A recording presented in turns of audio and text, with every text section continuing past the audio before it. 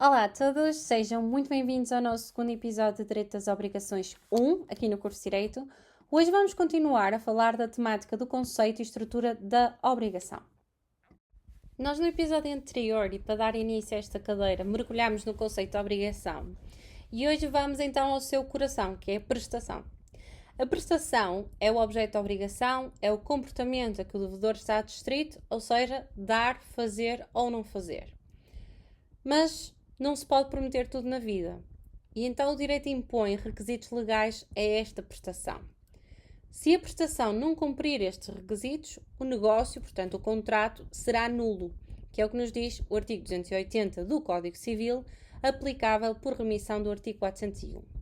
Vamos começar pelo requisito que é mais fundamental, que é então a possibilidade da prestação.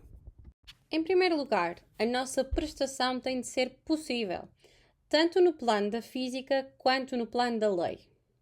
Portanto, quando falamos da possibilidade física, falamos da lógica da realidade. A prestação não pode ser fisicamente impossível, é o que a natureza não permite. Por exemplo, contratar alguém para vos transportar de Lisboa ao Porto em 10 segundos a nado, ou contratar um empreiteiro para construir um prédio nas nuvens.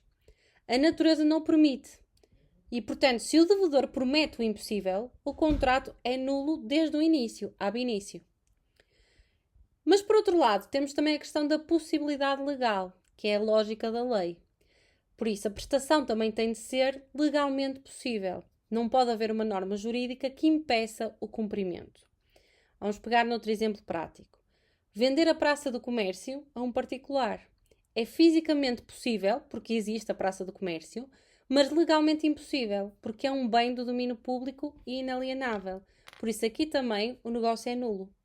Agora, este é o ponto crucial para a vossa vida e para o exame.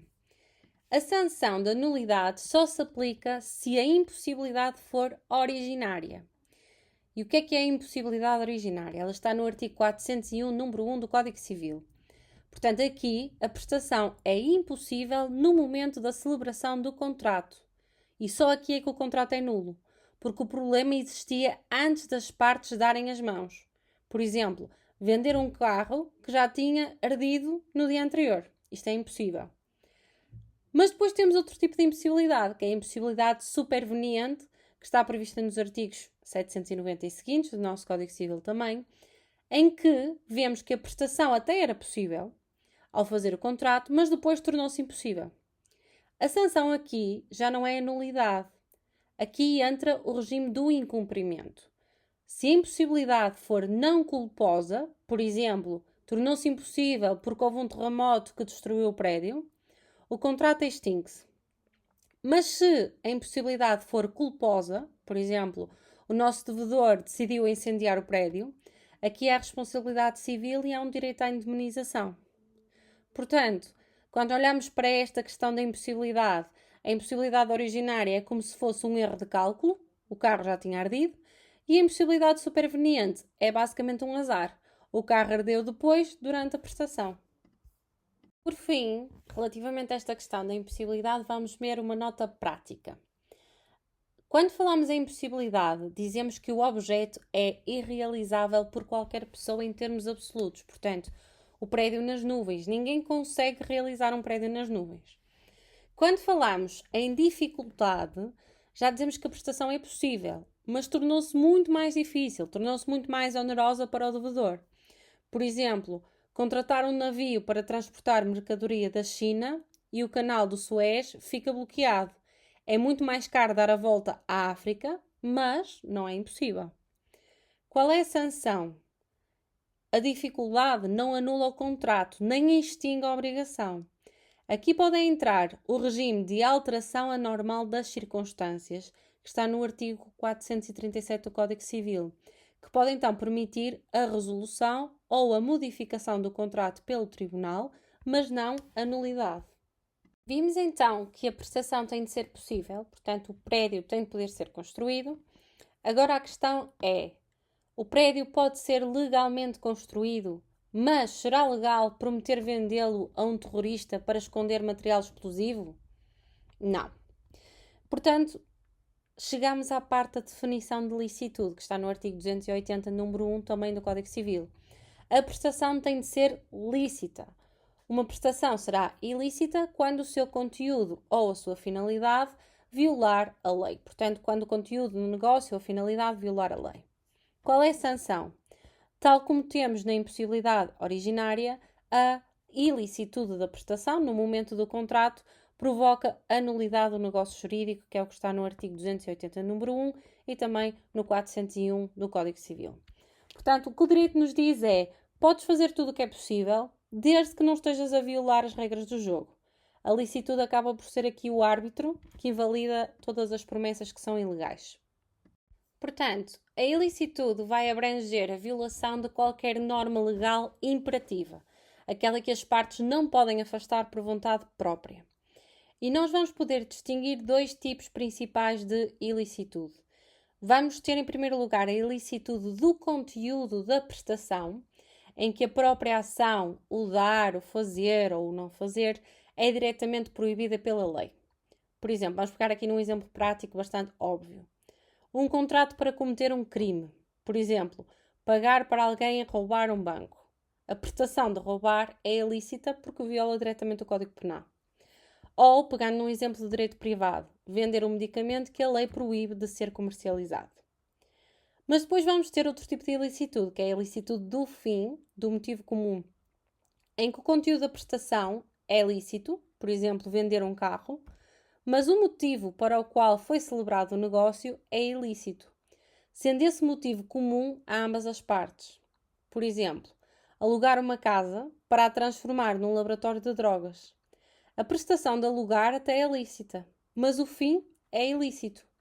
E se o senhorio souber e concordar, o negócio é nulo por ilicitude do fim, segundo o artigo 281 do Código Civil. Tem que se dar aqui uma especial atenção ao artigo 281, porque se o motivo ilícito for apenas do conhecimento de uma das partes, por exemplo, neste último caso, se o senhorio não sabe que a intenção é então ser um laboratório de drogas, o negócio continua a ser válido, porque o artigo 281 exige um motivo determinante e comum para que possamos então anular o negócio. Outro caso de ilicitude é a questão da indisponibilidade relativa de certos bens ou direitos. Aqui o negócio é ilícito porque envolve alguém que a lei proíbe de ser parte no contrato. Por exemplo, o pacto sucessório, que é o contrato sobre a herança de uma pessoa viva, é ilícito e nulo, segundo o artigo 2028 do Código Civil, porque a lei proíbe as pessoas de fazerem contratos sobre heranças futuras. Vamos pegar também num exemplo prático que está previsto no nosso Código de Processo Civil. Este código proíbe os juízes e os magistrados do Ministério Público de comprarem bens que estão a ser vendidos em processos judiciais no tribunal. A prestação de vender é lícita, mas o comprador é que é um sujeito ilícito para aquela transação. Portanto, fala-se aqui muito na questão do rigor, porque a ilicitude nestes casos é um travão que impede a autonomia da vontade de entrar em choque com a ordem jurídica que é fundamental. Já andamos mais um bocadinho e já sabemos que a prestação tem de ser possível e ilícita. Mas agora o terceiro requisito é a determinabilidade. De que é que nos serve prometer algo que ninguém consegue então identificar? A definição da determinabilidade está no artigo 400 do Código Civil, que é aplicável por remissão do artigo 280, número 1. Portanto, o objeto negocial, que é a nossa prestação, tem de ser determinado ou, pelo menos, determinável. Nós dizemos que é determinado quando a prestação está identificada e quantificada de forma clara no momento em que fazemos o contrato. Por exemplo, se eu digo assim, vendo-te o meu carro que tem a marca X, a matrícula Y, pelo preço de 10.000 euros. Aqui está tudo determinado. Mas vamos dizer que é determinável se a prestação não está totalmente definida no momento do contrato, mas existirem critérios ou elementos no contrato ou na lei que permitem então a sua definição posterior. E aqui eu diria, por exemplo, eu vendo a colheita de azeitonas que a minha quinta produzir este ano ao preço do mercado no dia da entrega. Aqui o objeto não está determinado, mas é totalmente determinável. Existe, no entanto, uma sanção que é aplicada se a prestação for indeterminada e indeterminável. Ou seja, se for totalmente vaga, o que vai acontecer é que o negócio se vai tornar nulo, de acordo também com o nosso artigo 280. Vemos então que o direito nos dá alguma margem de manobra. Ele efetivamente permite-nos que a prestação possa ser determinável, mas vai proibir a vagueza absoluta. Por exemplo, se um amigo nos diz assim: eu prometo que te dou qualquer coisa em troca da tua ajuda e o preço vai ser aquele que eu achar justo nesse momento. Nós olhamos para esta proposta e dizemos: poça, mas não existem elementos objetivos para fixar nem o quid, que é o quê, nem o quanto, o quanto. Portanto, o contrato aqui tem que ser obviamente nulo por indeterminabilidade. E isto tudo por causa da segurança jurídica, porque o requisito da determinabilidade existe para proteger a segurança jurídica. Caso contrário, se o objeto fosse completamente vago, o que ia acontecer era que o devedor nunca saberia o que é que tinha de cumprir e o credor nunca poderia exigir cumprimento. E por isso o contrato seria uma mera intenção completamente poética. O nosso artigo 400 permite que a determinação seja feita por 3 vias. Ela pode ser feita por acordo das partes, em que as partes definem o critério para a determinação. Por exemplo, o preço será o valor do ouro na Bolsa de Londres no dia X. Pode ser por remissão para terceiro, ou seja, recorrendo à arbitragem, em que as partes entregam a determinação a uma pessoa que é exterior ao contrato. Por exemplo, o preço do quadro será determinado por um perito avaliador, que é o Sr. Z, e o perito age aqui como se fosse um árbitro do próprio contrato. E ainda temos a terceira opção, que será por remissão para a lei, em que a própria lei é que estabelecerá então os critérios. Temos um exemplo prático de remissão legal, que está no artigo 539, que nos diz que numa obrigação genérica, onde se prometeu, por exemplo, dar 50 sacos de cimento, sem especificar a qualidade, a lei intervém e diz que a qualidade deve ser média. Portanto, a lei torna aqui a prestação indeterminada a indeterminável. Agora, se a licitude proibia a violação da lei escrita, que era, por exemplo, o nosso Código Penal, a categoria que vamos falar por último é a proibição da violação da ordem pública e dos bons costumes. Proibindo-se aqui o quê? A violação dos princípios éticos fundamentais da nossa sociedade. Onde é que se encontra esta questão? No artigo 280, número 1 do Código Civil, que vai ser aplicável por remissão do artigo 401. E como definição, nós temos então que estes são conceitos indeterminados, portanto são cláusulas gerais, que servem como limite à nossa autonomia privada. São basicamente a consciência moral que o direito usa para invalidar negócios que, embora possam não violar uma lei específica, são chocantes para nós enquanto sociedade. Qual será então a sanção? A sanção será que a prestação contrária à ordem pública ou aos bons costumes leva à nulidade do negócio. Surge então a pergunta do que é que será isto da ordem pública. E o mais fácil é pensarem nela como o conjunto de princípios ou de regras basilares da nossa organização social, económica e política enquanto Estado, que a autonomia privada não pode basicamente tocar. Acaba por ser o esqueleto legal e constitucional da nossa nação.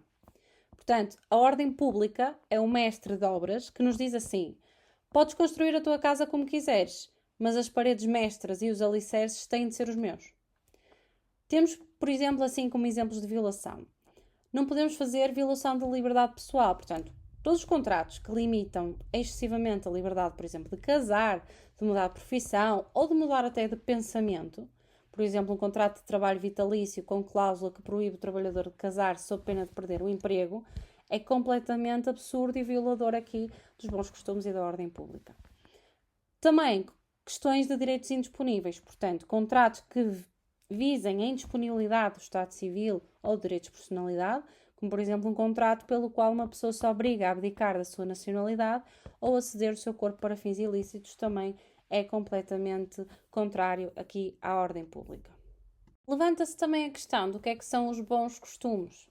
E os bons costumes será então o conjunto de regras de convivência social e de moralidade comum que vigora numa dada época e lugar. São as normas de conduta ética que a maioria das pessoas numa sociedade aceita como sendo o mínimo aceitável.